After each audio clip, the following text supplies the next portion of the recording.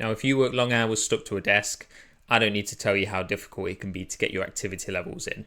So here's 5 tips, 5 things you can do if you are a desk worker and you want to up those activity levels.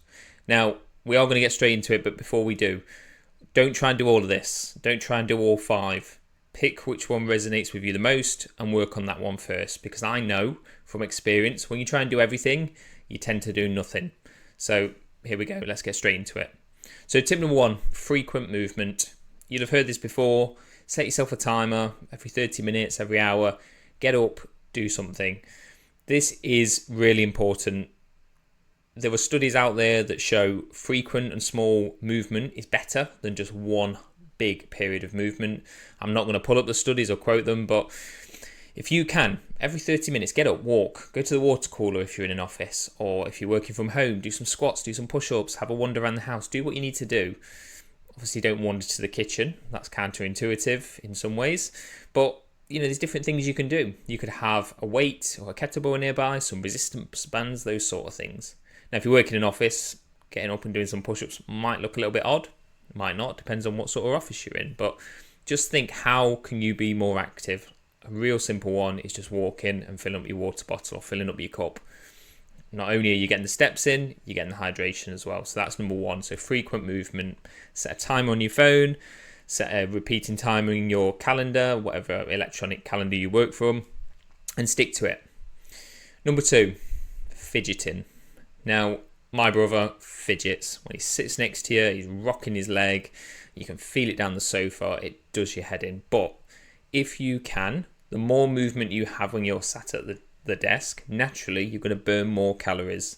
So if calorie deficit is something you're wanting to do, consider movement you can do at the desk that isn't going to piss everybody off around you, but is going to burn those calories. And that can be the twitch of the leg, it can be fiddling away, it can be tapping away, whatever it might be.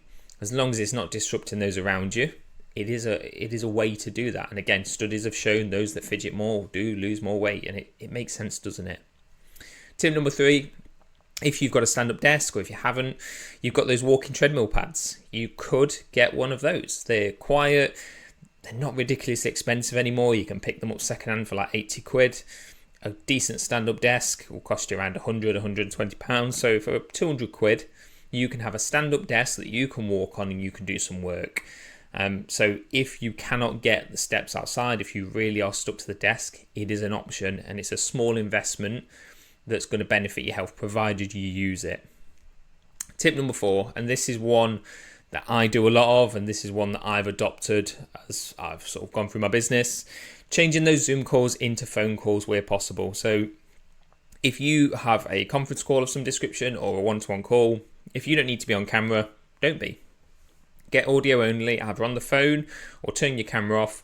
Go for a walk the room, go outside if you can, if the weather allows it. Think about how you can get those steps in your working day.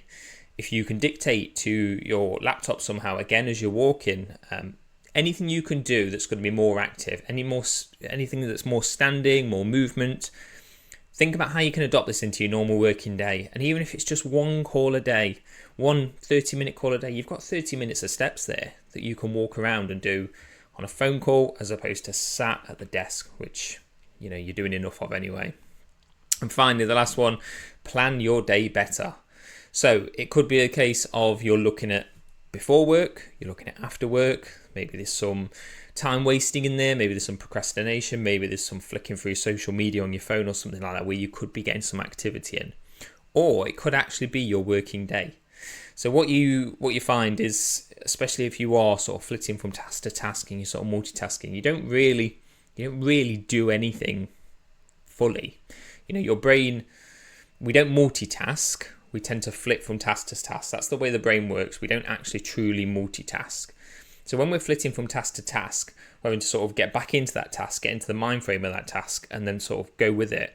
Whereas actually, if we have blocks, so for 30 minutes I'm going to do this task, 30 minutes I'm going to do that task, 30 minutes I'm going to do that task, you get the point. Rather than stop-starting and sort of having all those stop-starty phases, it's one start, it's one stop, and it's focused work. So by doing this, what you'll find is actually you will be more productive over the day. So 8, 9, 10 hours of work that you would have had to do before, you will condense that down by a certain percentage. And obviously that's different for everyone. So think about segmenting your calendar. Think about isolating yourself away from distractions. So if you tend to find yourself picking up your phone all the time and seeing all these notifications, put the phone out of the way, stick it on do not disturb mode, do something with it and focus on your segment. So have your 30 minutes doing that, get up, walk around the room, 30 minutes doing that, get up, walk around the room, do your squats, do what you need to do. But these are things you can do that are going to shrink down your day and ultimately make you more active. This isn't going to fix everything. If there is an issue around health, around fitness, this is a very small piece of the puzzle. There's many other things you can do. And if you look through some of my other content, you might find some other ideas. But my best advice is don't do everything.